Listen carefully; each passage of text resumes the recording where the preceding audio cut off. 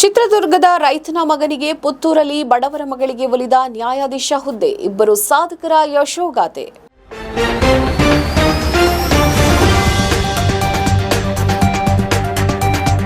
ಹೆತ್ತವರು ಶಾಲೆ ಮೆಟ್ಟಿಲೇರದಿದ್ದರೂ ಆರ್ಥಿಕ ಸಂಕಷ್ಟದ ನಡುವೆ ಓದಬೇಕು, ನ್ಯಾಯವಾದಿಯಾಗಬೇಕು, ನ್ಯಾಯಾಧೀಶ ಹುದ್ದೆಗೆ ಏರಬೇಕೆನ್ನುವ ಕನಸು ನನಸು ಮಾಡಿದ್ದಾರೆ.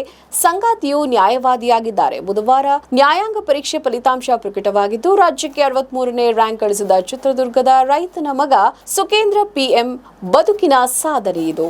ವಿದ್ಯಾರ್ಥಿ ವೇತನದ ನೆರವಿನಿಂದ ಪದವಿ, ಸ್ನಾತಕೋತ್ತರ ಕಾನೂನು ಪದವಿ ಕಲಿಕೆ ಜೊತೆಗೆ ಗಳಿಕೆ ಮಾಡುತ್ತಾ ಉಡುಪಿಯಲ್ಲಿ 7 ವರ್ಷಗಳಿಂದ ನ್ಯಾಯವಾದಿಯಾಗಿದ್ದಾರೆ. ಚಿತ್ರದುರ್ಗದ ಮೊಳಕಾಲೂರು ತಾಲೂಕಿನ ರಾಯಪುರ ಗ್ರಾಮದ ತಂದೆ ಪೂಜಾರಿ ಮಾರಣ್ಣ, ತಾಯಿ ನಾಗೇಂದ್ರಮ್ಮ 2 ಎಕರೆ ಹೊಲದಲ್ಲಿ ಮಳೆಗಾಲಕ್ಕೆ ಶೇಂಗಾ, ಬೇಸಿಗೆಯಲ್ಲಿ ಕೊಳವೆ ಬಾವಿ ನೀರಿನಿಂದ ಈರುಳ್ಳಿ, ಮೆಣಸು ತರಕಾರಿಯನ್ನ ಬೆಳೀತಾ ಇದ್ದಾರೆ. ಕುಟುಂಬ ಪರಿಶಿಷ್ಟ ಪಂಗಡಕ್ಕೆ ಸೇರಿದ್ದು ಹೆತ್ತವರು ಸಹಿ ಹಾಕೋದನ್ನ ಕಲಿತಿದ್ದಾರೆ. ಮೊಳಕಾಲೂರಲ್ಲಿ ಕರಿಕೋಟು ಹಾಕಿ ಹೋಗ್ತಾ ಇದ್ದ ಲಾಯರ್ಗಳನ್ನು ಕಂಡಾಗ ಮಗ ನ್ಯಾಯವಾದಿ ಆಗಬೇಕು ಎಂದು ಅಪ್ಪ ಬಿತ್ತಿದ್ದ ಕನಸಿನ ಬೀಜ ಮೊಳಕೆ ಒಡೆದಿತ್ತು. ಚಿತ್ರದುರ್ಗದಲ್ಲಿ ಬಿಎಸ್ಡಬ್ಲ್ಯೂ, ಬಳಿಕ ಉಡುಪಿಯ ಕಲ್ಯಾಣಪುರ ಮಿಲಾಗ್ರಿಸ್ನಲ್ಲಿ ಎಂಎಸ್ಡಬ್ಲ್ಯೂ ಮಾನವ ಹಕ್ಕುಗಳ ರಕ್ಷಣಾ ಪ್ರತಿಷ್ಠಾನದ ಅಧ್ಯಕ್ಷ ಡಾಕ್ಟರ್ ರವೀಂದ್ರನಾಥ ಶಾನುಭೋಗರಿಂದ ಕಾನೂನು ಪದವಿ ಕಲಿಕೆಗೆ ನೆರವನ್ನ ಪಡೆದರು. ಡಾಕ್ಟರ್ ಶಾನುಭೋಗರಿಗೆ ಬಿಡುವಿನಲ್ಲಿ ಸುಕೇಂದ್ರ ಕಾನೂನಿನ ಅಳಿಲ ಸೇವೆ ಸಲ್ಲಿಸಿ ಪ್ರೀತಿಯನ್ನ ಗಳಿಸಿದ್ರು. ಕಾಲೇಜಿನ ಗ್ರಂಥಾಲಯದಲ್ಲೂ ಓದಿದ್ರು. ಕಾನೂನು ಪದವಿ ಬಳಿಕ ಹಿರಿಯ ನ್ಯಾಯವಾದಿ ಮುರಳೀಧರ ವಾರಂಬಳ್ಳಿ ಬಳಿ ಜೂನಿಯರ್ ವಕೀಲರಾಗಿ ಸೇರಿದ್ರು. ಉಡುಪಿ ವಕೀಲರ ಸಂಘದಿಂದ ನ್ಯಾಯಾಂಗ ಪರೀಕ್ಷೆ ಎದುರಿಸಲು ಬೇಕಾದ ತರಬೇತಿ ವ್ಯವಸ್ಥೆ